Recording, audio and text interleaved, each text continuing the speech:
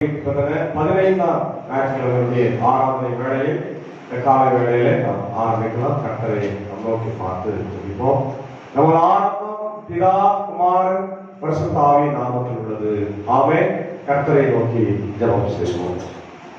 காலை காலை புதிய இரக்கங்களினாலும் கிருபைகளினாலும் எங்களை முடிசூட்டி பாதுகாக்கிற அன்புள்ள ஆண்டவரே, கடந்த போன இரவுகளில் கடந்து போன வாரம் முழுவதுமாய் கிருபையால் எங்களை காத்து வழிநடத்தி எங்களை ஆசீர்வதித்து ஆண்டவரே பாதுகாத்து வருவதற்காக செலுத்துகிறோம்.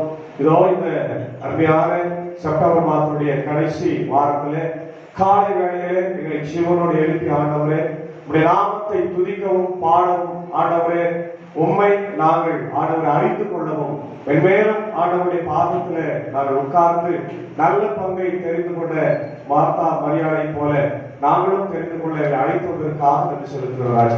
இதனால் இறை செய்தி பாட வேலை ஆண்டவரை செப வேலையை கர்த்தர் ஆசீர்வதியும் வந்திருக்கிற சபையாரை காத்திருடும் வரவேண்டியவர்களை கூட்டி சேர்த்தோம். வந்திருக்கிற பயிற்சி போதகர் ஆண்டவரை சாருடைய ஆசீர்வதிங்க எடுத்து பயன்படுத்துங்க.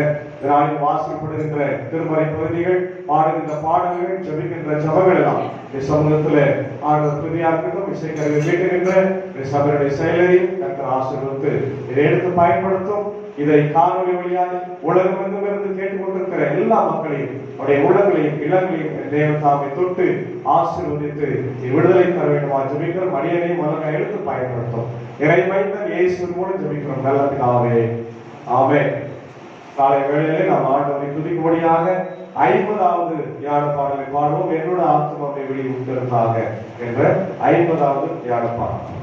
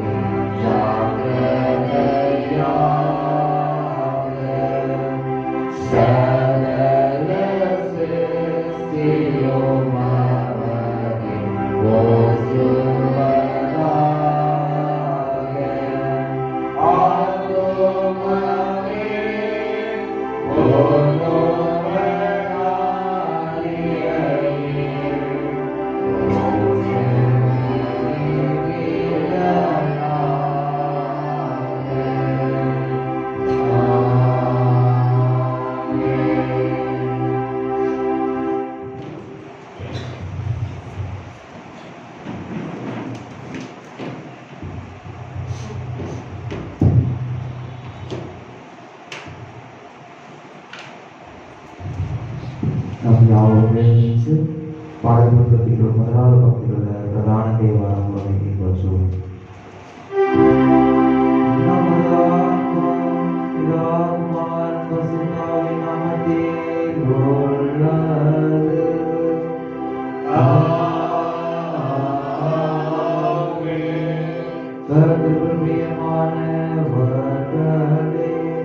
நமது பிதாவாகிய கடவுளிடம் கவனம் செய்துள்ளவர்களாய் சேர்ந்து நமது பாவனை அவருக்கு அறிவித்து அவைகளை மன்னிக்க நமது ரட்சகராகிய கிறிஸ்துவே நாமத்தில் அவரை நெஞ்சு கேட்போம். நமக்கு சகாயம் கர்த்தருடைய திருநாமத்தில் உள்ளது.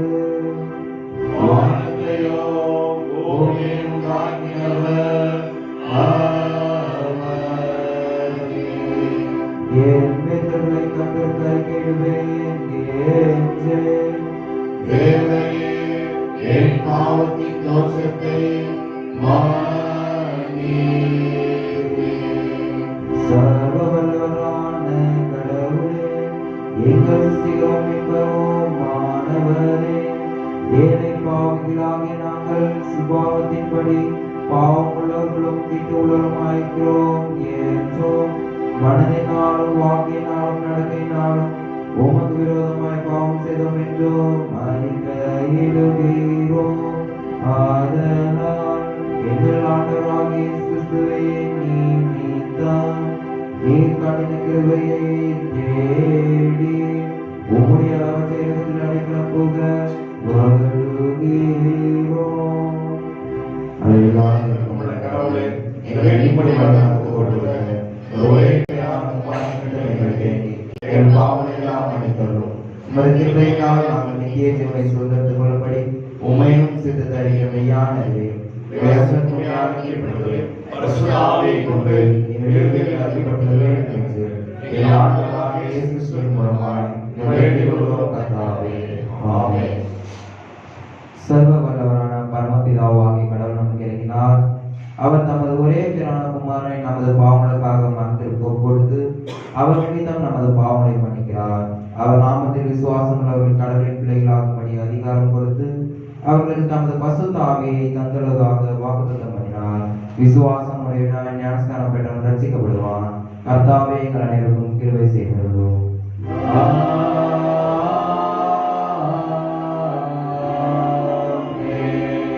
இன்று வருடமாக திருத்துவ பண்டிகை பின்வருகின்ற 15வது நேரத்துடைய ஆரம்பத்தை பின்பற்றும் பாடல் புத்தகத்தில் 105வது பக்கத்தில் உள்ளது.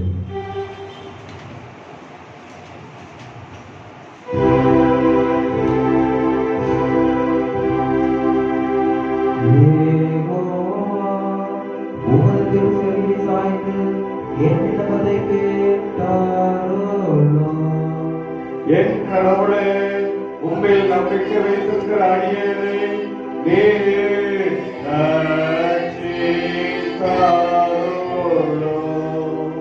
ஆண்டவரே, எனக்கு இரங்கும். நாளெல்லாம் உம்மை நோக்கி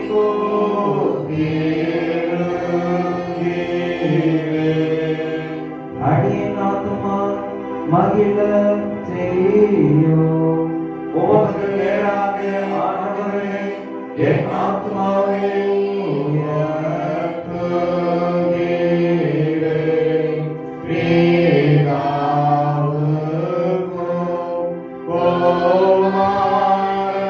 குமாரனுக்கும்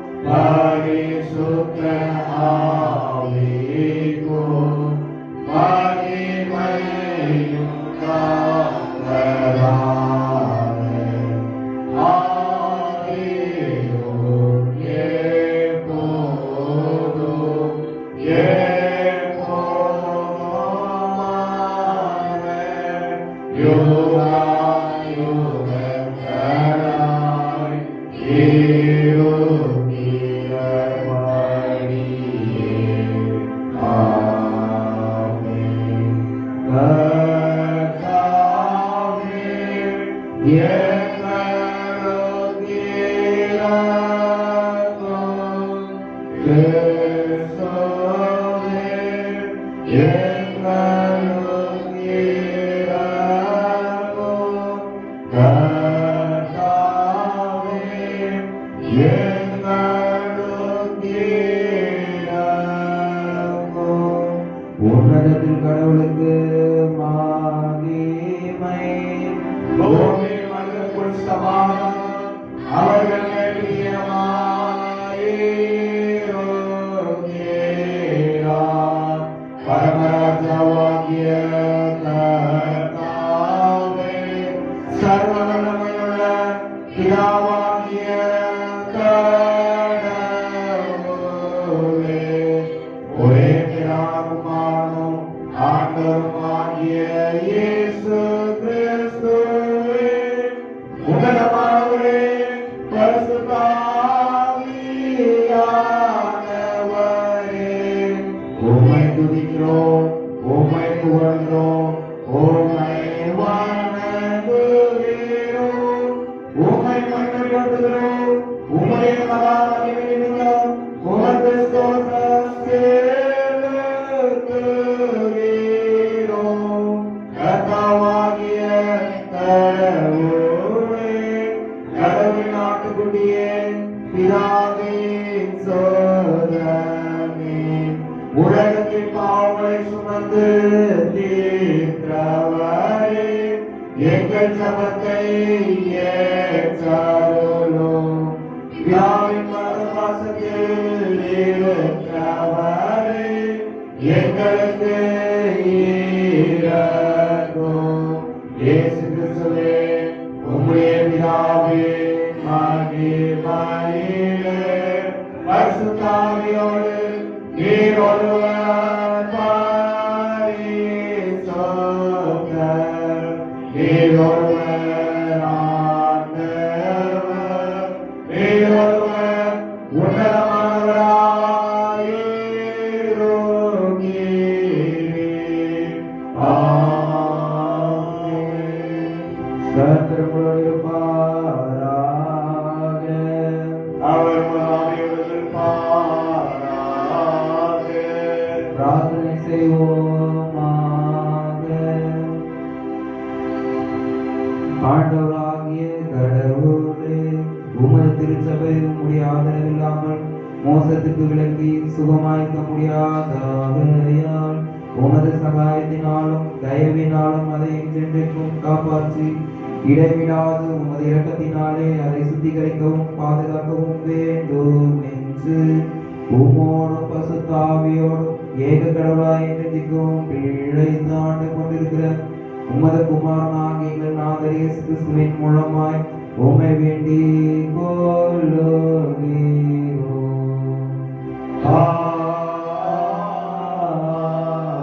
ஆமென். யாவரும் அமர்ந்து திருத்துவ பண்டிகையில் வருகின்ற வேத பகுதியை வாசிப்போம். முதலாவது வேத பகுதியாக ஆமோஸ் எழுதின பழைய ஏற்பாட்டின் பகுதி 6ஆம் அதிகாரம் சங்கீதம்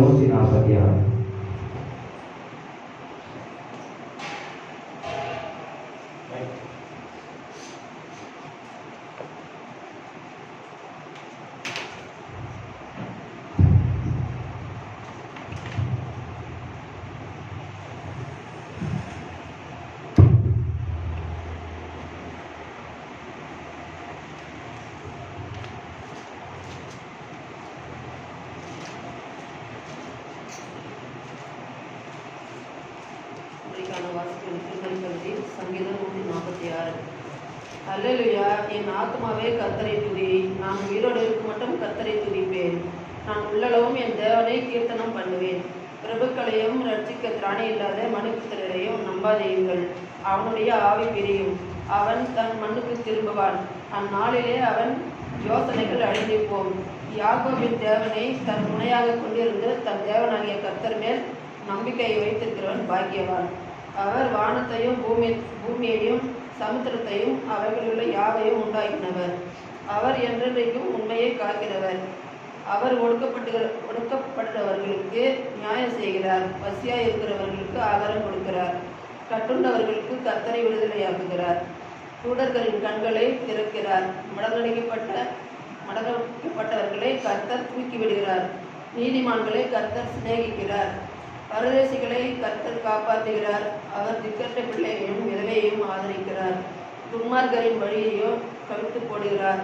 கர்த்தர் சதா காலங்களிலும் அரசாளுகிறார். சீயோனே, உன் தேவன் தலைமுறை தலைமுறையாகவும் ராஜரீகம் பண்ணுகிறார். அல்லேலூயா. இந்தியாக வாசிக்கிறது, சரீரத்தை வாசிக்கிறது.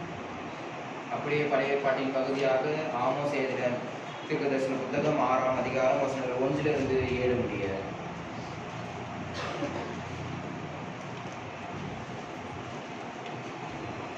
இன்றைக்காக வாசிக்க வேண்டிய பழைய ஏற்பாடு பகுதி அது ஆமோஸ் 6ஆம் அதிகாரம் வசனம் 1 முதல் 7 முடிய. சீயோனிலே நிர்விசானமாய் இருக்கிறவர்களும் சமாரியாவின் பர்வதத்தை நம்பிக்கொண்டிருக்கிறவர்களும் ஜாதிகளின் தலைமை எனப்பட்டு இஸ்ரவேல் வம்சத்தார் தேடுகிறவருமாகிய உங்களுக்கு ஐயோ! நீங்கள் கல்யனை மட்டும் சென்று அவ்விடத்திலிருந்து ஹாமாத் என்னும் பெரிய பட்டணத்துக்கு போய் பெலிஸ்தருடைய காத் பட்டணத்துக்கு இறங்கி அவர்கள் இந்த ராஜ்யங்களை பார்க்கிறோம் நல்லவைகளோ என்று அவைகளின் எல்லைகள் உங்கள் எல்லைகளை பார்க்கிறோம் விஸ்தாரமானவைகளா என்று பாருங்கள். தீங்கு நாள் தூரம் என்று எண்ணி கொடுமையின் ஆசனம் கிட்டி வரும்படி செய்து தந்த கட்டில்களில் படுத்துக்கொண்டு தங்கள் மஞ்சங்களின் மேல் சௌக்கியமாய் சயனித்து மந்தையில் உள்ள ஆட்டுக்குட்டிகளையும் மாட்டு தொழுவத்தில் உள்ள கன்றுகளையும் தின்று தம்பூரை வாசித்து பாடி தாவீதை போல் கீத வாத்தியங்களை தங்களுக்கு உண்டு பண்ணி பெரிய பாத்திரத்திலே மதுபானத்தை குடித்து சிறந்த பரிமள தைலங்களை பூசிக்கொள்கிறார்கள். ஆனாலும் யோசேப்புக்கு நேரிட்ட ஆபத்துக்கு கவலைப்படாமல் போகிறார்கள். ஆகையால் அவர்கள் சிறையிருப்புக்கு போகிறவர்களின் முன்னணியிலே போவார்கள். இப்படியே செல்வமாய் சயனிக்கிறவர்களின் விருந்து கொண்டாடல் நின்று போகும். இன்றைக்காக வாசிக்க வேண்டிய பழைய ஏற்பாட்டு பகுதி வாசித்து முடிந்தாயிற்று. நிருப பகுதியாக 1 தீமோத்தேயு 3ஆம் அதிகாரம் வசனங்கள் 1 to 13 முடிய.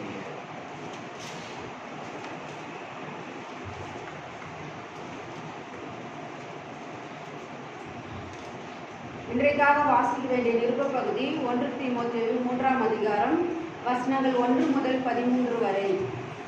கண்காணிப்பை விரும்புகிறவன் நல்ல வேலையை விரும்புகிறான், இது உண்மையான வார்த்தை. ஆகையால் கண்காணியானவன் குற்றம் சாட்டப்படாதவனும் ஒரே மனைவியை உடைய புருஷனும் ஜாக்கிரதையுள்ளவனும் தெளிந்த புத்தியுள்ளவனும் யோகியதையுள்ளவனும் அந்நியரை உபசரிக்கிறவனும் போதக சமர்த்தனமாய் இருக்க வேண்டும். அவன் மதுபான பிரியனும் அடிக்கிறவனும் இழிவான ஆதாயத்தை இச்சிக்கிறவனுமாய் இராமல் பொறுமையுள்ளவனும் சண்டை பண்ணாதவனும் பண ஆசை இல்லாதவனுமாய் இருந்து தன் சொந்த குடும்பத்தை நன்றாய் நடத்துகிறவனும் தன் பிள்ளைகளை சகல நல்லொழுக்கம் உள்ளவர்களாக கீழ்ப்படிய பண்ணுகிறவனுமாய் இருக்க வேண்டும். ஒருவன் தன் சொந்த குடும்பத்தை நடத்த அறியாதிருந்தால் தேவனுடைய சபையை எப்படி விசாரிப்பான்? அவன் இருமாப்படைந்து பிசாசு அடைந்த ஆக்கினையிலே விழாதபடிக்கு நூதன சீஷனாய் இருக்கக்கூடாது. அவன் நிந்தையிலும் பிசாசின் கண்ணியிலும் விழாதபடிக்கு புறம்பானவர்களால் நற்சாட்சி பெற்றவனாயும் இருக்க வேண்டும். அந்தபடியே உதவிக்காரரும் இரு நாக்கு உள்ளவர்களாயும் மதுபான பிரியராயும் இழிவான ஆதாயத்தை இச்சிக்கிறவர்களாயும் இராமல் நல்லொழுக்கம் உள்ளவர்களாயும் விசுவாசத்தின் ரகசியத்தை சுத்த மனசாட்சியிலே காத்து கொள்கிறவர்களாயும் இருக்க வேண்டும். மேலும் இவர்கள் முன்னதாக சோதிக்கப்பட வேண்டும். குற்றம் சாட்டப்படாதவர்களானால் உதவிக்காரராக ஊழியம் செய்யலாம்.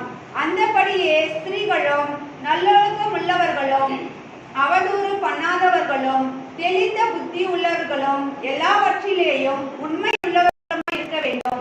மேலும் உதவிக்காரரானவர்கள் ஒரே மனைவியுடைய புருஷருமாய் தங்கள் பிள்ளைகளையும் சொந்த குடும்பங்களையும் நன்றாய் நடத்துகிறவர்களுமாய் இருக்க வேண்டும்.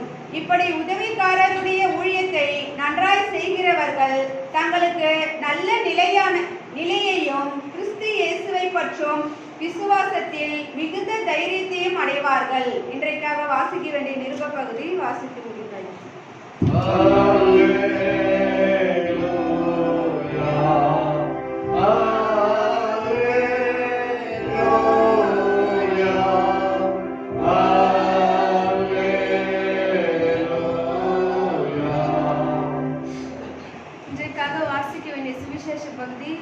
16ஆம் அதிகாரம் வசனங்கள் 19 முதல் 31 முடிய. ஆண்டவரே உமக்கு மகிமை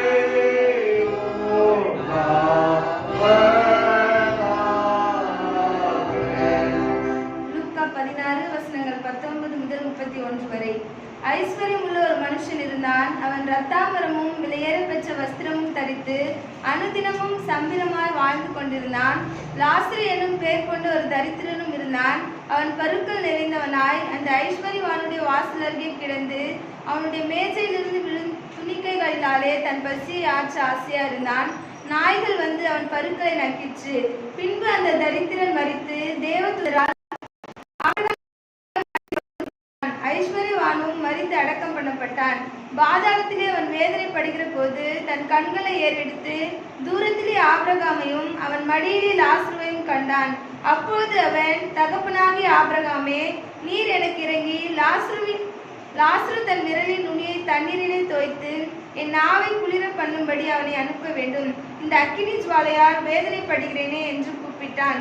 அதற்கு ஆபிரகாம், மகனே, நீ பூமியிலே உயிரோடு இருக்கும் காலத்தில் உன் நன்மைகளை அனுபவித்தாய். லாசரும் அப்படியே தீமைகளை அனுபவித்தான். அதை நினைத்துக்கொள். இப்பொழுது அவன் தேற்றப்படுகிறான், நீயோ வேதனைப்படுகிறாய். அதுவும் அல்லாமல் இவ்விடத்திலிருந்து உங்களிடத்திற்கு கடந்து போகவும் அவ்விடத்திலிருந்து எங்களிடத்திற்கு கடந்து வரவும் மனதுள்ளவர்களாக கூடாத படிக்கு எங்களுக்கும் உங்களுக்கும் நடுவே பெரும் பிளவு உண்டாக்கப்பட்டிருக்கிறது என்றான். அப்போது அவன், அப்படியானால் தகப்பனே, எனக்கு 5 பேர் சகோதரர் உண்டு. அவர்களும் வேதனையுள்ள இந்த இடத்துக்கு வராதபடி அவன் போய் அவர்களுக்கு சாட்சியாக அறிவிக்கும் பொருட்டு நீர் அவனை என் தகப்பன் வீட்டுக்கு அனுப்பும்படி உம்மை வேண்டிக் கொள்கிறேன் என்றான். ஆபிரகாம் அவனை நோக்கி, அவர்களுக்கு மோசேயும் தீர்க்கதரிசிகளும் உண்டு, அவர்களுக்கு அவர்கள் செவி கொடுக்கட்டும் என்றான். அதற்கு அவன், அப்படியல்ல தகப்பனாகிய ஆபிரகாமே, மரித்தோர் இருந்து ஒருவன் அவர்களிடத்திற்கு போனால் மனம் திரும்புவார்கள் என்றான்.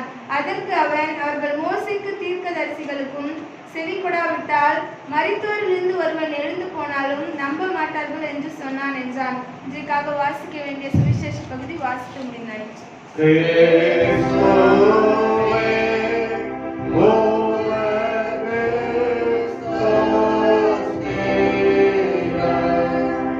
ஜீவனுள்ள வார்த்தைகளை வாசி கேட்ட நாம் நம்முடைய விசுவாசத்தை அப்போஸ்தல விசுவாச பிரமாணத்தின் மூலம் பயபக்தியோடு அறிக்கை செய்வோம்.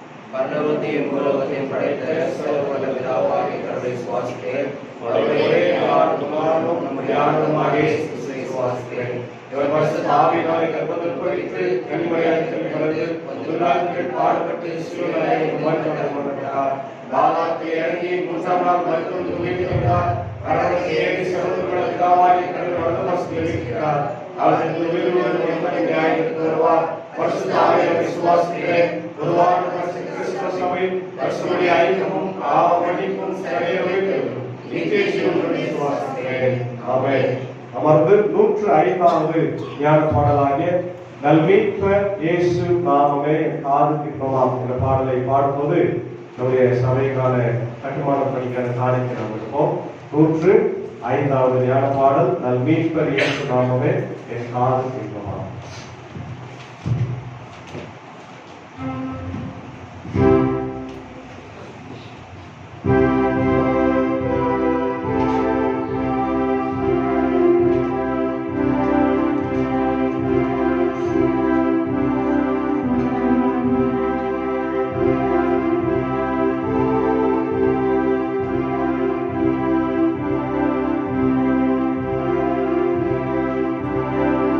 Amen.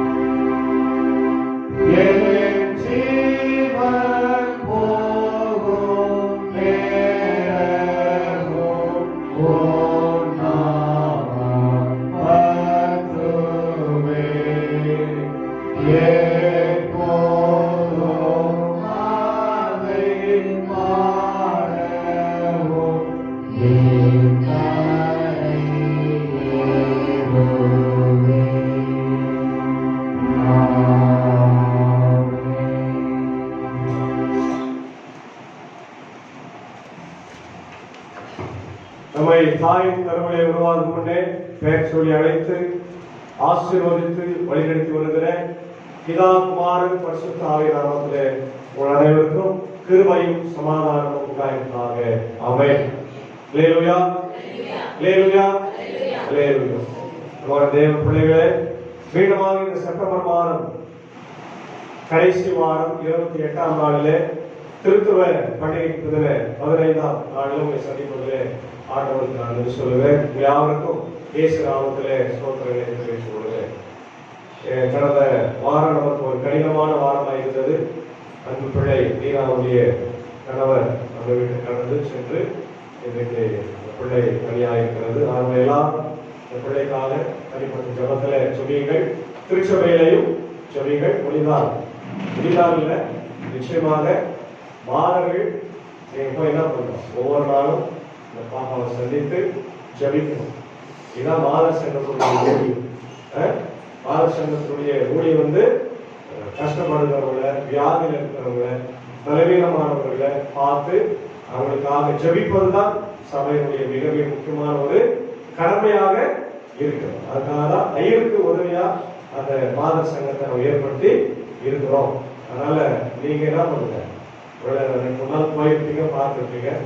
சபையா போகும், தனிப்பட்ட முறையில் போறது வேற. சபையா போய் எல்லா நேரத்திலும் கஷ்டமான நேரத்தில் நான் நிற்கிறோம், சபை கூட நிற்குது அப்படின்னு சொல்றதுதான் முக்கியமான ஒரு ஊழியம். அதனால அந்த ஊழியத்தை நீங்க செய்யணும். தொடர்ந்து நீங்க போங்க, உணவு கொடுங்க, குடும்பத்துக்கு சார்ந்த உணவு கொடுங்க. அல்லது சபையாக நம்ம மாதர்களாக சேர்ந்து நான் உணவு கொடுக்கணும்னா கொடுங்க. நல்ல ஒரு தப்பு சரியா?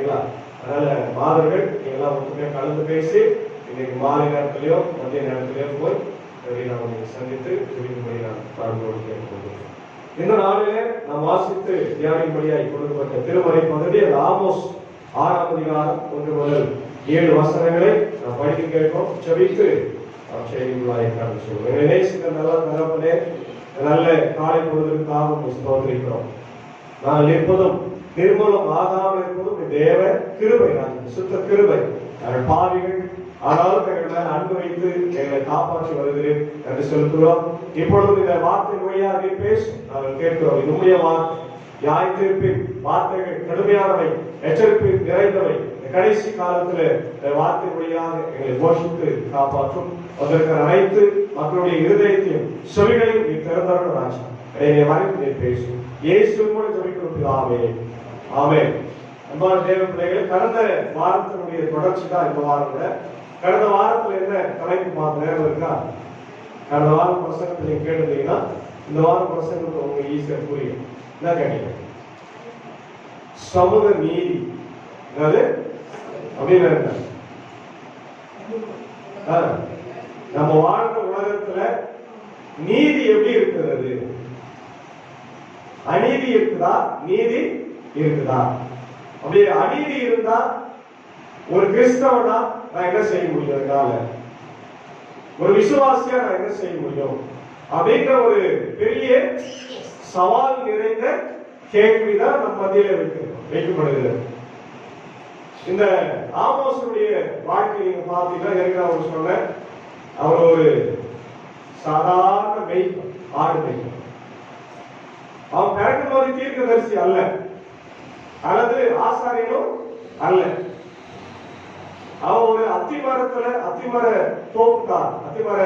தோப்பை அவர் காவல் காத்து கொண்டிருந்தான். ஆடு மாடு மேய்க்கிறான். யூதா தேசத்தில் பிறந்தான். யூதா தேசம் என்பது ஒரு ஸ்பெஷல். அதனால ஏசாமிய பிறந்தார். யூதா தேசம் என்பது பெத்லகேம் இருக்கின்ற பகுதி, எருசலேம் இருக்கின்ற பகுதி. இது தென்னாடு. வடநாடு என்பது இஸ்ரவேல். இஸ்ரவேல் தேசம் என்பது சமாரியா. இது அந்த நாடு. இந்த சமாரியா என்பது இந்த கேபிட்டல். யூதேயா கேபிட்டல் ஜெருசலேம்.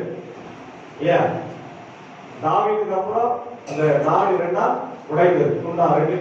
ரெண்டு துண்டா உடைந்து இந்த பக்கம் ஒரு ஆட்சி, அந்த பக்கம் ஒரே நாடு தான் ரெண்டா உடைஞ்சு போச்சு. அப்ப இதுதான் வரலாறு. அப்போ 8ஆம் நூற்றாண்டுல தீர்க்க ஆமோஸனுடைய வலிமையான குரல் எதை எதிர்க்கிறது அப்படின்னா, சமூகத்தில் நடைபெற்ற அநியாயங்கள், அவலங்களை எதிர்த்து ஆமோஸ் பேசுகிறார். பொதுவா எல்லா தீர்க்கதரிசிகளும் எதை பேசுவாங்க? இஸ்ரவேல் மக்கள் விசுவாசத்துல இல்ல, சிலை வழிபாடு செய்யறாங்க, கடவுள் விரோதமான காரியங்களை செய்யறாங்க, கோயிலுக்கு போறதில்ல, இதுதான் பேசுவாங்க. ஆனா ஆமோஸ் அதை விட ஒரு படி மேல போய் சமூகத்துல நடக்கின்ற அவலங்களை, அநியாயங்களை, அக்கிரமங்களை, ஏற்ற தாழ்வுகளை எல்லாம் அவர் பேசுகிறார். போன வாரமே நம்ம பார்த்தோம். மேக்சிமம் போன வாரம் செய்தி தான். இந்த வாரம் கூட ஒரு சின்ன மாற்றங்கள் இருக்கு. என்னன்னா, ஏழைகளை ஒடுக்கினார். ஏழைகளை எப்படி ஒடுக்கினாங்க? அநியாய வட்டி. அவன் வட்டி கொடுக்கலன்னா ஒரு ஜோடி செருப்புக்கு அவனை விற்று போட்டார். அது மட்டும் இல்ல, உணவு பண்டங்களிலே கலப்படம் செய்தார். இன்னைக்கு நமக்கு ஏன் இவ்வளவு சீக்கிரம் சக்கரை வருது, பிபி வருது, ஏற்கனவே அவங்க சொல்லிட்டு ஏன் நம்ம சாப்பிடுற உணவு, ஒரு 20 வருஷத்துக்கு முன்னாடி நம்ம சாப்பிடுற உணவு நமக்கு ஆரோக்கியமா இருந்தது. ஏன்னா அதுல கலப்படம் இல்லை, இருந்துச்சு, குறைவா இருந்துச்சு. இன்னைக்கு நீங்க எந்த பொருள் எடுத்தாலும் சரி, அதுல என்ன இருக்குது? 100% கலப்படம், கெமிக்கல்ஸ், பதப்படுத்தப்படுது, ப்ரிசர்வேட்டிவ்ஸ், கலர். பிரியாணி போடுற கலரு அது கூட போடக்கூடாது, தெரியுமா உங்களுக்கு? நம்ம என்ன பண்றோம்? நல்லா கலரா போட்டு நல்லா 2 பேக்கெட் போடும், அதெல்லாம் கேன்சரே வருது. கேன்சரே அதுதான். இப்ப இதெல்லாம் இன்னைக்கு சமூகத்துல நடக்கின்ற அநியாயம். இதனால பாதிக்கப்படுறது யாரு? ஏன் ஒரு படம் கூட வச்சு நடக்கும். திரைப்படத்துல கூட என்னென்ன இன்ஸ்டன்ட் ஃபுட்டு சாப்பிட்டா என்னென்ன பிரச்சனை வருதுன்னு நடிச்சிருக்கிறாங்க. அதெல்லாம் சமூகத்துக்கு தேவையான படங்கள். அந்த மாதிரி படங்களை பார்க்கலாம், தேவையில்லாத படங்களை நாம் பார்க்கலாம் இல்லையா? அதனால யோசிக்கும். அப்போ இதை சமுதாயத்தில் நடக்கிற அவலங்களுக்கு எதிர்த்து குரல் கொடுத்தவர் ஆமோஸ். இப்ப இன்னைக்கு நம்ம என்ன செய்ய முடியும்? இன்னைக்கு சமுதாயத்தில் இறங்கி நம்மளால போராட முடியுமா? இறங்கி போராடினா இந்த சமுதாயம் ஒத்துக்குமா? ஒத்துக்காது. நம்மளை அடிப்பாங்க, கொலை செய்வாங்க, எல்லாம் செய்வாங்க. ஆனாலும் ஆண்டவருடைய வார்த்தை சொல்லுது, நீங்க எனக்காக மக்களுக்காக இதெல்லாம் செய்யணும். ஏன் அவங்க என்ன சொல்றாங்க? அன்னைக்கு எப்போ ஆலயம் முடியும், எப்போ ஓய்வு நாள் முடியும், நான் வெளியே போய் எப்போ வியாபாரம் செய்யும். ஓய்வு நாளை என்ன செஞ்சாங்க? அவங்க வியாபார நாளாக மாற்ற பார்த்தார்கள். அவங்க இஷ்டத்துக்கு வாழ்ந்தார்கள். அதுதான் கடவுள் எச்சரிக்கின்றதை நம்ம பார்க்கிறோம். அப்போ நம்ம இஷ்டத்துக்கு வாழலாமா? ஆண்டவருடைய பிள்ளைகள் மனம் போன போக்குல, கால் போன போக்குல வாழலாமா? இல்ல. நமக்கு ஆண்டவர் வழியை வகுத்து தந்திருக்கிறார். அதான் சொல்றார், நானே வழியும் சத்தியமும் ஜீவனுமா இருக்கிறேன், என்னை பார்த்து நடந்துக்கோ. நான் இந்த உலகத்துல 33 வருஷம் வாழ்ந்திருக்கிறேன். அம்மாவுக்கு நல்ல மகனா, அப்பாவுக்கு நல்ல மகனா, என்னுடைய உடன்பிறந்த சகோதர சகோதரிகளுக்கு நல்ல சகோதரனா, என் கூட இருந்த சீடர்களுக்கு நல்ல தலைவனா, விசுவாசிகளுக்கு நல்ல ஆண்டவனா நான் வாழ்ந்திருக்கிறேன். ஏன் உன்னால வாழ முடியல? என்ன பின்பற்றுன்னு சொல்றியே, ஏன் நீ வாழ முடியல? இல்லையா? இன்னைக்கு நம்ம நிறைய பேரு வெறும் பெயர் கிறிஸ்தவர்களா தான் இருக்கிறோம், உண்மை கிறிஸ்தவர்களா வாழவே இல்லை. கடவுளுக்கு ஏற்புடைய வாழ்க்கையை நம்ம வாழல, கை கொடுக்கிற வாழ்க்கையை வாழல. அதனாலதான் ஆமோஸ் பயங்கரமாக சீடுகிறார், சிங்கத்தை மாதிரி சீடுறார். இது ஆமோசுடைய வார்த்தை இல்லை, கடவுளுடைய வார்த்தை. கடவுள் சொல்றார், என் மக்கள் இப்படி இருக்கலாமா, நிர்விசாரமா இருக்கலாம். அதான் முதல் வசனமே சொல்றாரு, வாசிங்க 6ஆம் வசனம். நிர்விசாரமா என்னன்னாக்கா கேர்லெஸ்னஸ். கோயில் நடக்குது, எங்க இவ்வளவு பேர், எங்க மற்றவங்க எல்லாம் எங்க? கேர்லெஸ்னஸ். நம்ம வீட்டுக்கு எந்த தேவை வந்தா நம்ம கேட்டுக்கலாம். அப்ப ஐயர் வரலன்னா நம்ம ஐயர் என்ன பண்ண திட்டலாம், ஐயர் மேல நடவடிக்கை எடுக்கலாம், ஐயர் மாத்த சொல்லலாம் இல்லையா? ஐயர் கோயில் எவ்வளவு கேட்டா என்ன ஐயர் பண்றது? இன்னைக்குதான் ஞாயிற்றுக்கிழமை, இன்னைக்குதான் நான் துணி துவைக்கிறோம், இன்னைக்கு நிச்சயதார்த்தம் கல்யாணம் எல்லாம் இருக்கு. சாவு விடுங்க, அது திடீர்னு வர போனா வர தப்பு. துக்க வீட்டுக்கு போகணும், கண்டிப்பா. கல்யாண வீட்டுக்கு போனவங்க எங்க போனோம்? துக்க வீட்டுக்கு போகணும். வசனம் சொல்றது அது வந்து அது எக்ஸ்கியூஸ். மற்றதெல்லாம் எங்க எங்க போயிட்டாங்க? எல்லாம் ஓய்வு நாள் இல்லையா? நீங்க கடவுளை தேடி வந்தீங்க, சுத்தமான நாள் இல்லையா? இப்ப யோசிச்சுப்பா, நம்ம வாழ்க்கையில நம்ம ஏதாவது வாழ்க்கை போட்டிருக்கிறோம். நிர்விசாரம், கேர்லெஸ்னஸ். அப்படி இருந்தா ஆண்டவருடைய பிள்ளைகளுக்கு நல்லதில்லை, சபைக்கு நல்லதில்லை, சபையுடைய வளர்ச்சிக்கு நல்லது, எல்லாத்துக்குமே நல்லது. அதான் சொல்ற வாசி. சமாரியாவின் பர்வதத்தை நம்பிக் கொண்டிருக்கிறவர்களும் ஜாதிகளின் தலைமை எண்ணப்பட்டு இஸ்ரவேல் வம்சத்தார் தேடி வருகிறவர்களுமாகிய உங்களுக்கு ஐயோ. நான் வந்து இஸ்ரவேல்ல இருக்கிறோம், எங்க தேசம் வந்து ரொம்ப ஆசீர்வதிக்கப்பட்ட தேசம். நாங்க சமாரியாவில் இருக்கிறோம், எங்களுக்கு எல்லா வசதியும் இருக்கு, தண்ணி வசதி, எல்லா வசதியும் எல்லாம் இருக்கு, கரண்ட் எல்லாம் இருக்கு. அதனால கவலைப்படுறோம், எல்லாம் ஒரு நாள் இல்லாம போயிடும், ஒரே நாள்ல இல்லாம போகும். துருக்கியில ஒரு நாள் ஒரு முறை பூமி அதிர்ச்சி வச்சு பாத்தீங்களா? பெரிய பணக்கார், பெரிய மாடு மாளிகளை கட்டி வாடகை விட்டுருந்தார், லட்சக்கணக்கில் வருமானம். ஒரே இரவு எல்லாம் தரமட்டாயிடுச்சு. அரசாங்கம் கொடுக்கிற ஒரு பிரெட்டுக்காக போய் கையை நின்றுதான். அவன் தான் சாட்சி சொல்றான், நான் பெரிய செல்வன் பணக்கார், பெருமையோடு வாழ்ந்தார். ஒரு ராத்திரியில ஆண்டவரை நிச்சயமா மாட்டார்.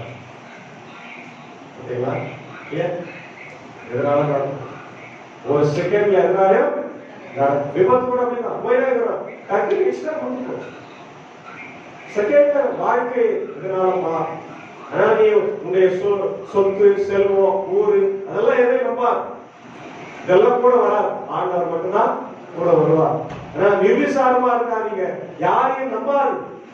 அதான் வாசிக்கிற சங்கீதம் 146ஆம் சங்கீதம். அதுல என்ன சொல்றாரு? 2ஆம் வசனம் படிங்க. நான் உயிரோடு இருக்கும் மட்டும் கர்த்தரை துதிப்பேன், நான் உள்ளளவும் என் தேவனை கீர்த்தனம் பண்ணுவேன். பிரபுக்களையும் ரட்சிக்க திராணியில்லாத மனுபுத்திரனையும் நம்பாதீர்கள். யாரை நம்பாதீங்க?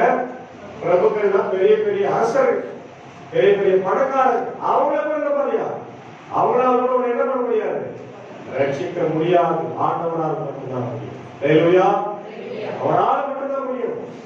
நம்ம ரட்சிப்பதற்கு அவருடைய பெயரை தவிர வேற எந்த பெயருக்கு அதிகாரம் இல்லை. இயேசு என்ற பெயர், இயேசு என்ற பெயர், ஜீசஸ் கிரைஸ்ட், இயேசு கிறிஸ்து என்ற பெயருக்கு அவ்வளோ பெரிய அதிகார உலகத்துல ஆண்டவர் கொடுத்திருக்கிறார்.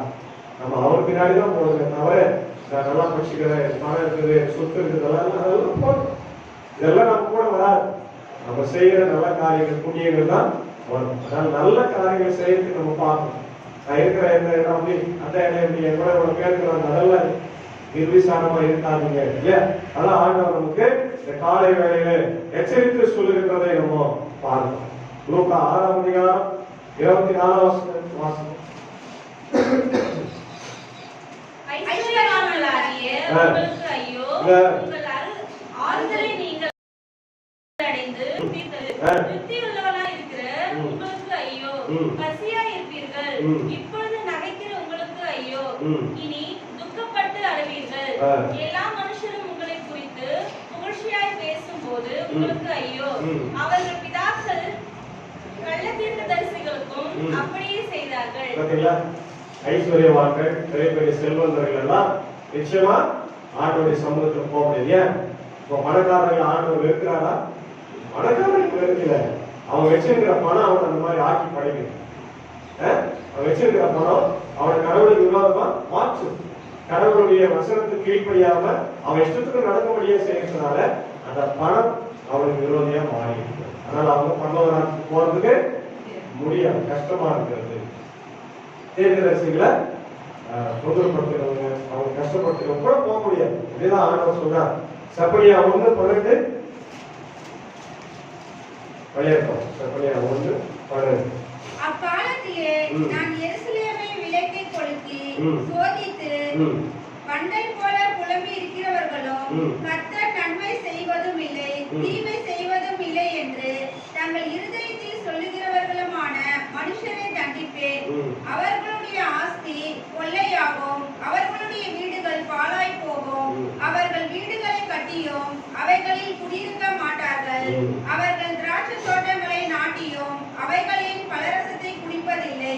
கர்த்தருடைய பெரிய நாள் சமீபமாய் இருக்கிறது, அது கிட்டி சேர்ந்து மிகவும் தீவிரித்து வருகிறது. கர்த்தருடைய நாள் என்கிற சத்தத்துக்கு பராக்கிரமசாலி முதலாய் அங்கே மனங்கசந்து அலறுவான். அந்த நாள் உக்கிரத்தின் நாள். அது கர்த்தருடைய நாளை பற்றி சபையா பேசுறேன். நீங்க நிர்விசாரமா இருந்தீங்கன்னா, கடவுளுக்கு விரோதமான காரியங்களை செய்தீங்கன்னா கர்த்தருடைய நாள் சமீபம்.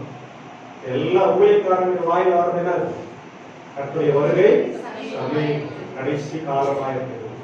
எங்க பார்த்தாலும் அநியாயங்கள், அக்கிரமங்கள் நடந்து கொண்டிருக்கிறது. நம்ம பயன்படுத்திருக்கிற ஏஐ நிறைய பேர் கிராமங்கள் இருக்கிறவங்களுக்கு தெரியாது. ஆர்டிபிஷியல் இன்டெலிஜென்ஸ், செயற்கை நுண்ணறிவு, அதுதான் நம்மள கண்ட்ரோல் பண்ண போகும். ஒரு காலத்துல அது வந்துச்சுன்னா அந்த பேச்சு கேட்டாதான் நம்ம எல்லாமே செய்யணும், இல்லைன்னா கிடையாது. அதை கண்டுபிடிச்சோட சொல்லிட்டாங்க, இது வந்து மனுஷனை விட மோசமா இருக்கு, மனுஷனையே கொலை செய்யும். ஒருத்தனை சமீபத்துல தான் ஆர்டிபிஷியல் இன்டெலிஜென்ஸ் செய்ததெல்லாம் பார்த்து பேசிருக்கும் போது ஏதோ ஒரு கேட்டுக்கிறாரு, அந்த பதிலுக்கு பதில் சொல்ல முடியாம கம்ப்யூட்டர் அவர் என்ன பண்ணிச்சு, அடிச்சிச்சு. கம்ப்யூட்டர் மனுஷனை அடிச்சிச்சு. ஏன் இது தொடக்கம் கிடையாது, பயங்கரமா இருக்கு. மிஷினரிஸ் நம்மளை ஆட்சி செய்ய போகுது, அதுதான் அந்தி கிறிஸ்துவா இருக்க போகுதுன்னு சொல்றாங்க. இந்த அளவுக்கு நமக்கு தெரியாது. ஆனா மனிதர்களை கண்ட்ரோல் பண்ணுகிற சிஸ்டம்ஸ் இன்னைக்கு நம்ம எது கண்ட்ரோல் பண்ணுறோம்? நம்ம கையில் இருக்கிற செல்போன் தான் இல்லையா? செல்போன் அப்போ நிர்விசாரமா நம்ம இருக்கிறோம் அப்படின்றத ஆண்டவர் தெளிவுபடுத்துறாரு. அப்படி இருக்காதுங்க, கர்த்தருடைய வருகையில நீங்க எடுத்துக்கொள்ளப்பட மாட்டீங்க. அதனால பி கேர்ஃபுல் சொல்றாரு, பி கேர்ஃபுல், பி அலர்ட், எச்சரிக்கையா விழித்து தூங்காம கடவுளுக்காக காத்து அவர் பாதையில நடந்து இஸ்ரவேல் மக்களை அன்னைக்கு ஆண்டவர் எச்சரித்தார். அவங்க அதனால அவங்கள சிறைகளுக்கு ஒப்பு கொடுக்கிறார். நம்மளுக்கும் அந்த ஆபத்து காத்திருக்கிறது எச்சரிக்கிறார். அடுத்த வசனம் 2வது வசனம். நீங்கள் கல்லனை மட்டும் சென்று அவ்விடத்திலிருந்து ஆமத் என்னும் பெரிய பட்டணத்துக்கு போய் பெலிஸ்தருடைய காத் பட்டணத்துக்கு இறங்கி அவைகள் இந்த ராஜ்யங்களை பார்க்கிலும் நல்லவைகள் எவைகளோ என்றும் அவைகளின் எல்லைகள் உங்கள் எல்லைகளை பார்க்கிலும் விசாலமானவைகளோ என்றும் பாருங்கள். இது வந்து மற்ற பட்டணங்கள் இஸ்ரவேலிலும் யூதாவிலும் இருக்கிற பட்டணங்கள். இங்கெல்லாம் நீ எங்க போய் பார்த்தாலும் சரி நல்லவங்க யாருமே இல்லை, எல்லாம் கெட்டவங்களா தான் இருக்கிறாங்க. அதனால கெட்டவங்க இருக்கிறதுனால கொஞ்சம் பேரு கெட்டவங்க, கொஞ்சம் பேர் நல்லவங்க இருக்கிறாங்க. அதனால அவங்களுக்கு தீங்கு வரும். தீங்கு வராதுக்கு முன்னாடி நீங்க எச்சரிக்கையா இருக்குன்னு சொல்றாங்க. 3வது வசனம், தீங்கு நாள் தூரம் என்றெண்ணி கொடுமையின் ஆசனம் கிட்டி வரும்படி செய்து தந்த கட்டில்களில் படுத்துக்கொண்டு தங்கள் மஞ்சள்களின் மேல் சௌக்கியமாய் சயனித்து மந்தையில் உள்ள ஆட்டுக்குட்டிகளையும் மாட்டு தொழுவத்தில் உள்ள கன்று குட்டிகளையும் தின்று. என்ன சொல்ற கவனிச்சீங்களா? தீங்கு நாள் ரொம்ப நாள் இருக்குது, வராது. சில பேர் சொல்லுவாங்க, ஆண்டவர் ரொம்ப நல்லவர்ப்பா. ஆமா, நல்லவர் தான். அவர் மன்னிக்கிறவர் தான். இரக்கமுள்ளவர் தான். 7-70 முறை மன்னிக்க சொல்லியிருக்கிறார் தான். இல்லவே சொல்ல. ஆனா அவனை நான் நியாய தீர்ப்பு செய்ய சொல்லிக்கிறாரா? இதெல்லாம் ரைட். நான் இதுவும் நடக்கும். நான் அவனை தண்டிப்பேன், நியாய தீர்ப்பு அவனை நரகத்தில் தள்ளுவேன் அப்படின்னா அதுவும் நடக்கும். எச்சரிக்கையா இருக்கிறமா இல்லையா? இவங்க என்ன செய்யறாரு பாருங்க. தந்த கட்டில் அப்படின்னா யானையுடைய தந்தம். யானையுடைய தந்தத்தை எடுத்து விற்கிறவங்க கைது செய்யலாம். நம்ம சாதாரண கட்டில படுக்கிறத விட அவங்க தந்த கட்டில், அப்ப எவ்வளவு விலை உயர்ந்த கட்டில அவங்க செஞ்சிருப்பாங்க, பணக்காரர்களா இருந்திருப்பாங்க. அது மட்டும் இல்ல, இன்னொரு பகுதியில பார்க்கிறோம், குளிர்காலத்துக்கு ஒரு வீடும் வெயில் காலத்துக்கு ஒரு வீடு. நம்மளாம் வந்து ஏசி போட்டுக்கிறோம், ஒரே வீடு தான். வெயில் காலத்துல ஏசி போட்டுக்கிறோம், குளிர் காலத்துல ஹீட்டர் போட்டுக்கிறோம். இது நம்ம காலம். அவங்க குளிர்காலத்துக்கு அது அடைப்பா இருக்கும், அந்த வீடு சூடா இருக்கும். வெயில் காலத்துக்கு பாத்தீங்கன்னா நிறைய ஜன்னல்கள் வச்சு கட்டியிருப்பாங்க, காத்து நிறைய வர மாதிரி அந்த மாதிரி. அப்போ 2 வீடு ஒருத்தருக்கு இருக்குது. சரி, கடவுள் கொடுத்தாரு, அது ஆசீர்வாதமா நம்ம பயன்படுத்தலாம், கடவுள் நன்றி சொல்லலாம் இல்லை. என்ன செய்யறாங்க அவங்க? தங்கள் மஞ்சங்கள் மேல் சௌக்கியமாய் சாயலித்து விபச்சாரம் செய்யலாம். 6ஆம் கற்பனை விரோதமா அவன் செய்யறான், கடவுள் விரோதமா செய்யறான். கடவுள் விரோதமான காரியங்களை செய்யும் போது கர்த்தரை விடவே மாட்டார். அதான் செய்யறான் இல்லையா? மந்தையில் உள்ள ஆட்டுக்குட்டிகளையும் மாட்டு தொழுவத்தில் உள்ள கன்றுக்குட்டிகளையும் தின்று. பரவாயில்ல, சாப்பிடுறதுல தப்பு இல்லை. ஆனா உங்களுக்கு முன்பாக இருக்கிற ஏழை எளிய மக்களுக்கு கொடுக்காம சாப்பிடுவது மிக மிக அவர் ஆண்டவர் சொல்லி இருக்கிறார். ஏழைகளை, நீ ஏழையா இருந்த இஸ்ரவேல் மக்கள் எப்படி இருந்தாங்க? பரதேசிகளா இருந்தீங்க, உங்களுக்கு அட்ரஸ் கிடையாது, எகிப்துல இருந்தீங்க, உங்களுடைய குரலை கேட்கறதுக்கு யாருமே இல்ல, நாதியற்று திக்கற்றவர்களா இருந்தீங்க. கர்த்தர் தான் உங்களை அழைத்து வந்து மோசே வழியாக நீங்க கட்டாத வீடு பாலும் தேடும் வலித்து ஓடுகின்ற தேசத்துல விட்டார். அங்க நீங்க வீடு கட்டல, உங்களுக்கு வீடு இல்ல, உங்களுக்கு நாட்டப்பட்ட மரம் இல்ல, செடி இல்ல, எதுவும் இல்லை. ஆனால் கடவுள் உங்களுக்கு எல்லாத்தையும் கொடுத்தாரு. வீடு கொடுத்தாரு, திராட்சை செடி கொடுத்தாரு, ஒளிவு மரங்கள் கொடுத்தாரு, அல்லது வருகிற திராட்சை ரசம் எண்ணெயெல்லாம் நீங்க வித்து சம்பாதித்து இவ்வளவு வாங்கிக்கிறீங்க. யாரு முந்த நினைச்சிருக்கீங்களா? யாரு? கடவுள் நமக்கு ஆசீர்வாதமா கொடுக்கும். அதை கடவுள் நினைக்கிறியா? கடவுள் நன்றி சொல்றியா? இல்லவே இல்லையே. அப்ப இது கடவுளுக்கு விரோதமான செயல். அதான் நம்ம பார்க்கணும். பிரசங்கி 1:6 பழைய பிரசங்கி 1:6. காற்று தெற்கே போய் வடக்கை சுற்றி சுழன்று அடித்து தன் சுற்றின இடத்துக்கே திரும்பவும் வரும். எல்லா நதிகளும் சமுத்திரத்திலே ஓடி விழுந்தும் சமுத்திரம் நிரம்பாது. தாங்கள் உற்பத்தியான இடத்திற்கே நதிகள் மறுபடி திரும்பும். எல்லாம் வருத்தத்தினால் நிறைந்திருக்கிறது, அது மனுஷரால் சொல்லி முடியாது. காண்கிறதினால் கண் திருப்தி ஆகிறதில்லை, கேட்கிறதினால் செவி நிரப்பப்படுவதில்லை. முன் இருந்தது இனிமேல் இருக்கும், முன் செய்யப்பட்டது பின்னும் செய்யப்படும். சூரியனுக்கு கீழே நூதனமானது ஒன்றும் இல்லை. சூரியனுக்கு கீழே ஒண்ணுமே இல்லை. மாயை கான்செப்ட் வந்து மாயை, ஒன்றும் இல்லை. நம்ம வாழ்க்கையில நீங்க எதெல்லாம் சுகம் நினைச்சுக்கிறீங்களோ அதெல்லாம் என்ன இல்லை, சுகம் இல்லை. பணம், சாப்பிடுற சாப்பாடு, வீடு எனக்கு நிறைய கார் இருக்கு, பைக் இருக்கு, சொத்து இருக்குது, நல்ல மனைவி இருக்கிறார், பிள்ளை இருக்கிறார், இதெல்லாம் வந்து உலகம். நீ பரலோகத்துக்கு போகும்போது இதெல்லாம் எதுவுமே கூடவே நம்ம குடும்பம் கூட வந்தா வரலையே. நம்ம யாருக்கு பிறகு இல்லையா, நம்ம கணவர் யாருக்கு மனைவி பிள்ளைகள் சேர்ந்து செத்துறோம். அவ்வளவுதான். அவங்க அடகு மட்டும் காரியம் மட்டும் அந்த நம்ம வேலையை நம்ம பார்க்கணும் இல்லையா. எதுவுமே நம்ம கூட வராது, எல்லாமே மாய், எல்லாம் ஜீரோ, ஒண்ணுமே கிடையாது இல்லையா. அதான் சொல்றாங்க, இந்த வாழ்க்கை மாயை என்பதை மறந்துடா. நீ தங்க கடல்ல பட்டது நல்லா குடித்து வெறித்து விவசாயம் பண்றது கடவுளுக்கு அருவருப்பானது. அது சொல்றாரு, அவங்க எப்படி வாழ்ந்தாங்க. 5 மாசம் தம்புரை வாசித்து, அதாவது கேளிக்கை நடனம். நீங்க பாத்தீங்கன்னா நிறைய சிட்டிஸ்ல எல்லாம் கேமரா நடனங்கள்லாம் வரும், பாக்குறீங்களா? சாரி, அந்த செய்தி கேட்டுருக்கீங்க.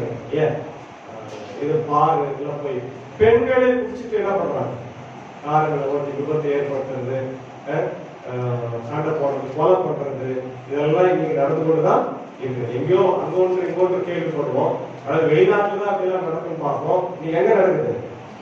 சென்னையில நடக்குது, பெங்களூர்ல நடக்குது, நம்ம பக்கத்துலயே நடக்குது. எங்க நம்ம பிள்ளைங்க அதை சிக்கி போடுவாங்க, நமக்கு பயமும் இது. நம்ம பிள்ளைங்களாம் படிக்கும் போது வாழும் போது நமக்கு பயம் இருக்கிறது இல்லையா. அப்ப இன்றைக்கு எங்கேயோ நடந்த அநியாயம், பாவம், அக்கிரமம், வேசித்தனம் எல்லாம் நம்ம ஊர்ல நடக்குது. எச்சரிக்கையா இருக்கணுமா இல்லையா? யோசித்து பாருங்க. தாவீதை போல் கீத வாத்தியங்களை தங்களுக்கு உண்டு பண்ணி பெரிய பாத்திரத்தில் மதுபானத்தை குடித்து, எதில் குடிக்கிறாங்களா? பெரிய பாத்திரங்களை குடிக்கிறாங்க. இன்னைக்கு குடி உலகத்தை அழிக்கிறதோ, எப்படி ஏறி நமக்கு அழிக்கிற காத்திருந்ததோ அது போல இன்னைக்கு பல குடும்பங்களை அழிக்கிறது குடி, பல குடும்பங்களை அழித்தது குடி, போதை, போதை வஸ்துக்கள். இன்னைக்கு கஞ்சா அடிச்சுட்டு ஒரு வாடி பிள்ளைங்க என்ன செய்யறாங்க, அவனுக்கு என்ன செய்யறாங்க அவருக்கு தெரியாது. அதை அவன் யோசனை செய்து முடிச்சிருவான். கொலை பண்ணணும்னா இந்த போதை இறங்கத்துக்குள்ளே கண்டிப்பா கொலை பண்ணி ஆகணும். அதான் அதனுடைய மென்டாலிட்டி. சிரிச்சுட்டே இருந்தாலும் சிரிச்சுட்டே இருப்பான், அழுதுலே இருந்தா அழுதுலே இருப்பான். கஞ்சாவுடைய இது எப்படி நீ பிள்ளைங்க அதுக்கெல்லாம் அடிக்கிறாங்க. நம்ம பிள்ளைங்களை நம்ம பார்த்து வளர்க்கணும். நம்ம பிள்ளை ஸ்கூலுக்கு போய் வரும்போது எப்படி இருக்கிறான், யாரோட பழகுறான், எப்படி எல்லாம் போய் வரான், எங்க போறான், எந்த கடையில தின்பண்டங்கள் வாங்கி சாப்பிடுறான், எல்லாம் யோசி. ஏதோ பிள்ளைங்க ஸ்கூலுக்கு வந்துட்டோம், காலேஜுக்கு விட்டுக்கூடாது. அவங்களுக்கு தோட்டம் வளர்ச்சி எப்படி இருக்குது, ஸ்கூலுக்கு போய் வந்துட்டு எப்படி இருக்கிறான், நல்லா இருக்கிறானா, நார்மலா இருக்கிறானா, பெண் பிள்ளைங்க எப்படி இருக்கிறாங்க, யாரும் பேசுறாங்களா, படிக்கிறாங்களா, சிந்திப்பா, யோசி. இல்லைன்னா நம்ம அடுத்த தலைமுறைகள் என்ன பண்ண முடியாது, காப்பாற்ற இதே பிரச்சனை தான் வரும். சேம் பிரச்சனை இன்னைக்கு அது இருந்த நேரம். அவங்க என்ன செய்யறாங்க, பெரிய பாத்திரங்கள்ல மதுபானத்தை குடித்து சிறந்த பரிமள தயாரிப்பாங்க. நல்ல செங்கல், உயர்ந்த செங்கல் என்ன பண்றாங்க, பூசிக்கொள்ளுகிறாங்க. ஆனாலும் யோசேப்புக்கு நேரிட்ட ஆபத்துக்கு கடவுள் கொடுத்த தண்டனை பற்றி அவங்க மறந்துட்டாங்க, நீதி தீர்ப்பை மறந்துட்டாங்க. அவங்க ஓரம் யோசேப்பின் மேல தண்டனை வரும், தாவீது வீட்டார் மேல தண்டனை வரும், நான் தரப்போறேன் அப்படின்றத அவங்க மறந்துட்டாங்களே அப்படின்னு ஆண்டவர் எச்சரிப்பின் வார்த்தையை, நீதி தீர்ப்பின் வார்த்தையை இங்கே சொல்லுகிறார். 7ஆம் வசனம். அவர்கள் சிறையிருப்புக்கு போகிறவர்கள் முன்னணியிலே போவார்கள், இப்படியே செல்வமாய் சயனித்தவர்கள் விருந்து கொண்டாட நின்று போவார்கள். அவங்க செஞ்சதெல்லாம் நின்று போயிடும். அவங்க வேசித்தனம் இல்லையா, அவங்க கேமரா டான்ஸ் இதெல்லாம் ஆடினாங்க இல்லையா, குடிச்சாங்க எல்லாம் போயிடும். எங்க போயிடும் அடுத்தது? சிறையிருப்புக்கு தண்டனை உறுதி அப்படின்னு சொல்றாங்க. நீ மனம் திரும்பலன்னா உனக்கு நிச்சயமாக தண்டனை. நமக்கு எவ்வளவு பெரிய எச்சரிக்கையான வார்த்தை யோசிச்சுப்பா. நம்ம இஷ்டத்துக்கு நம்ம வாழ்றது இல்லை, நம்ம கடவுளுடைய பிள்ளைகள் அவருடைய இஷ்டத்துக்கு வாழணும். அதாவது நம்ம இஷ்டம் இல்லை, யாருடைய இஷ்டம்? அவன் சொன்னான், ஆண்டவரே என்னுடைய சித்தத்தின்படி அல்ல, உன்னுடைய சித்தத்தின்படியே ஆக கடவுள். கடவுளுடைய சித்தம் என்ன? ஒரு மனிதனும் கெட்டு அழிந்து போகக்கூடாது. அதான் நம்ம பார்க்க. சங்கீதம் 137:2. அதி நடுவில் இருக்கும் அலரி செடிகளின் மேல் எங்கள் கிண்ணறங்களை தூக்கி வைத்தோம். எங்களை சிறை பிடித்தவர்கள் அங்கே எங்கள் பாடல்களையும், எங்களை பாராட்டினவர்கள் மங்கள கீதத்தையும் விரும்பி சீயோனின் பாட்டுகளில் சிலதை எங்களுக்கு பாடுங்கள் என்று சொன்னார்கள். அதாவது நீ இங்க ஜாலியா பாடிட்டல்ல, சிறையிருப்புக்கு போயிட்டு அங்க என்ன பண்றாங்க? பாட சொல்றாங்க. பாட முடியுமா? சிறையிருப்புல சந்தோஷமா இருக்க முடியுமா? நாங்க இங்க கடவுளை குறித்து பாடிட்டா எனக்கு இந்த தண்டனையே வந்திருக்கா, கடவுள் விரோதமான காரியங்களை செஞ்சதுனாலதான் எனக்கு இவ்வளவு சிறையிருப்பை பாட சொல்றாங்க. ஜெயில இருக்கும்போது பாட முடியுமா? பாட முடியும். அதனால மன திரும்புங்க அப்படின்னா ஏசாயா 28:1, ஏசாயா 28:1. எப்பிராயீமுடைய பெரியரின் பெருமையான கிரீடத்துக்கு ஐயோ, மதுபானத்தால் மயக்கமடைந்தவர்களின் செழிப்பான பள்ளத்தாக்குடைய கொடுமுடியின் மேலுள்ள அலங்கார ஜோடிப்பு வாடிப் போகும் புஷ்பமே. இதோ திராணியும் வல்லமையுடைய ஒருவன் ஆண்டவரிடத்தில் இருக்கிறான். அவன் கல்மலை போலவும் சங்கார புசல் போலவும் புரண்டு வருகிற பெருவெள்ளம் போலவும் வந்து கையினாலே அதை தலையிலே தள்ளிவிடுவான். எப்பிராயீமுடைய பெரியரின் பெருமையான கிரீடம் காலால் மிதித்து போடப்படும். செழிப்பான பள்ளத்தாக்குடைய கொடுமுடியின் மேலுள்ள அலங்கார ஜோடிப்பாகிய வாடிய புஷ்பம் பருவ காலத்துக்கு முன் பழுத்ததும் காண்கிறவன் பார்த்து அது தன் கையில் இருக்கும் போது விருதுமான முதல் கனியை போல இருக்கும். மதுபானம் குடிக்கிறவர்கள் எப்படி அழிந்து போவார்கள் என்பதை தெளிவா சொல்றேன். வாசிக்க குறிச்சு வச்சு பணி வீட்டில் இருக்கிற மக்களுக்கு பிள்ளைகளுக்கு கற்றுக் கொடுக்கும். கற்றுடைய வார்த்தை என்றைக்கு பொய் ஆகாது. இதில் இருக்கிறபடி நம்ம செய்யணும். செய்யக்கூடாதுன்னு சொன்னா செய்யக்கூடாது. நீங்க வாசி கேட்ட பழைய பாணி பகுதி சங்கீதம் 146 கூட 7-8-9 படிச்சீங்கன்னா ஏழைகளை ஆதரிக்கிற இறைவன். சமூக நீதி என்று சொல்லும் போது சமூகத்தில் இருக்கிற ஏழைகளை விட்டு விட்டு ஆண்டவர் எப்பவுமே நற்செய்தி சொன்னதே. வாசிங்க 7.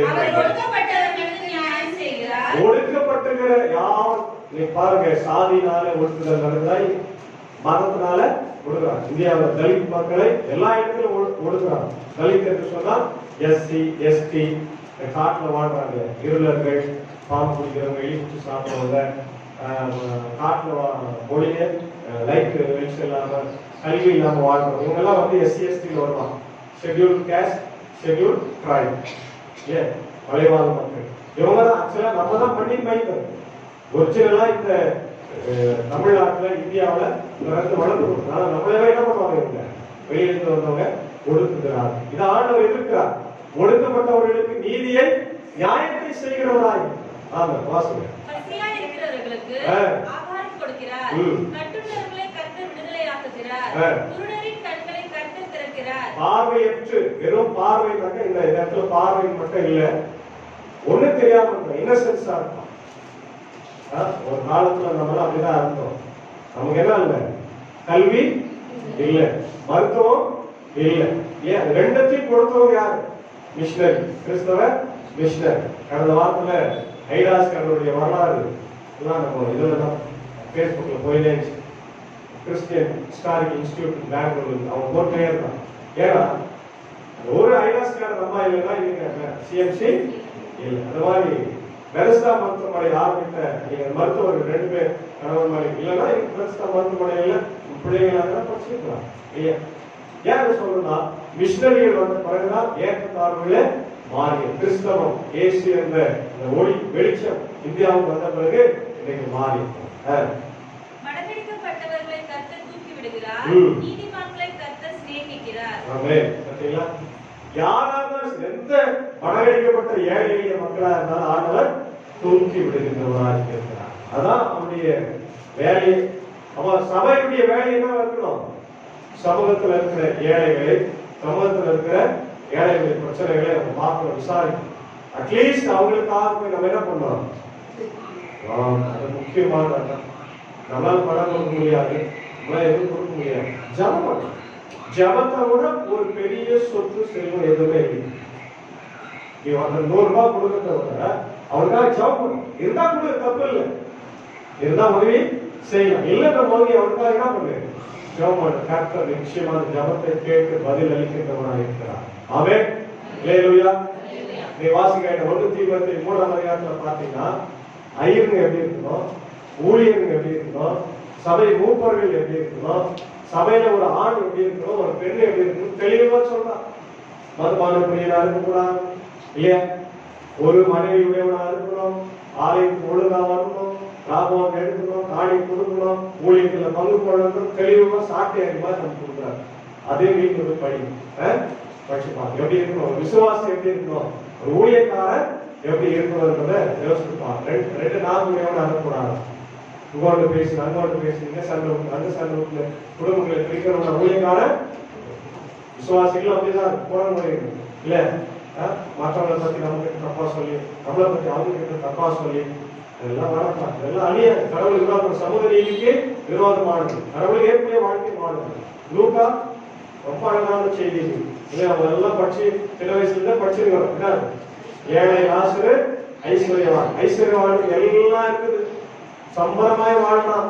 ஆனா கேட்ல பருக்களோடு வியாதியோடு பசி பந்தியாக அவரு ஒரு வேளை சோறு கொடுத்துருந்தாங்க. ஐஸ்வர்யவான் எங்க போயிட்டுப்பான் போல. அதனால கவனிங்க, வீட்டுக்கு வர்ற பிச்சைக்காரங்க நடக்காது. யாரா இருந்தாலும் சரி, உங்களுக்கு இருக்கிறத கொஞ்சம் பகிர்ந்து கொடுத்தாங்க. ஏன்னா ஆண்டவர் அதெல்லாம் கணக்குல வைக்கிறார், கணக்குல வைக்கிறார். உங்களுடைய கணக்குல அதெல்லாம் என்ன எங்க அதிகமா பிளஸ் பாயிண்ட்ஸ். உங்களுக்கு நிறைய மைனஸ் இருக்கு, நம்ம செய்யற பாவம் எல்லாம் மைனஸ்ல போகுது. ஏன் உங்களுக்கு பிளஸ் பாயிண்ட்ஸ் வந்துன்னா என்ன பண்ணணும், ஆண்டவருடைய ஊழியத்தை செய்யும், ஏழைகளுக்கு உதவி செய்யும், உங்களுக்காக பரிந்து பேசு, உங்களுக்கு என்ன செய்ய முடியுமோ அவங்களுக்காக செய்.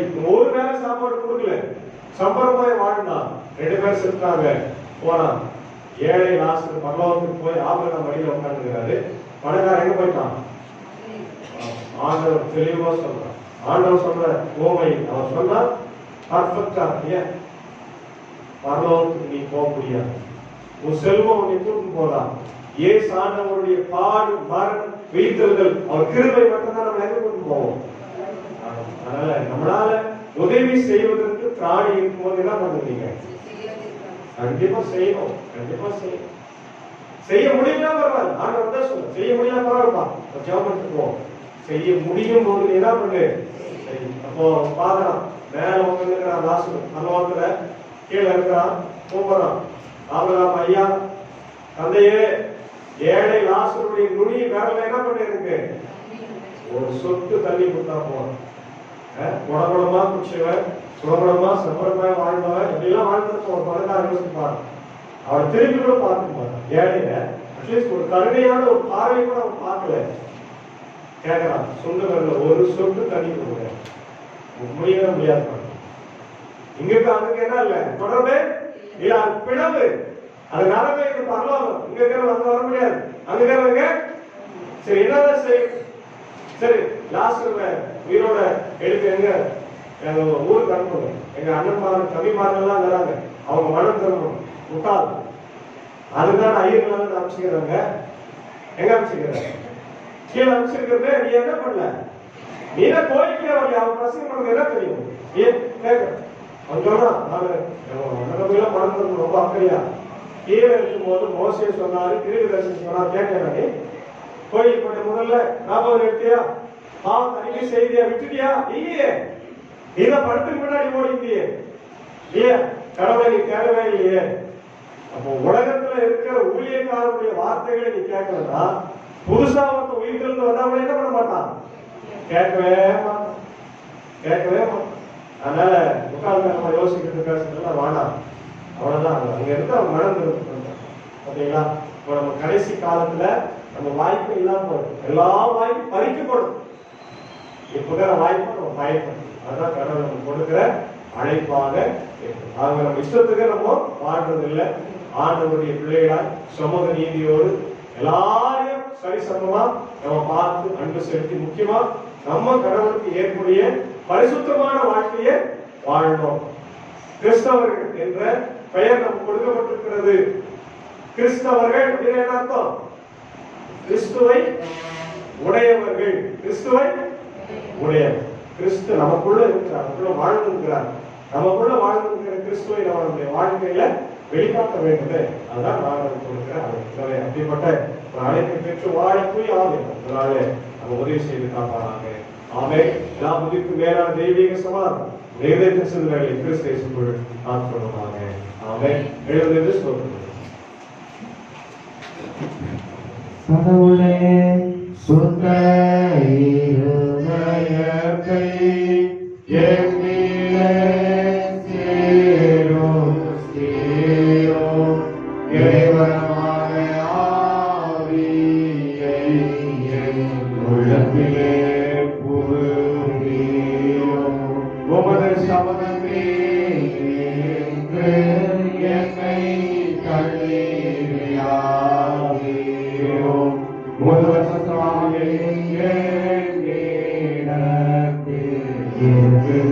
எடுத்துக்கொள்ளாதீரோ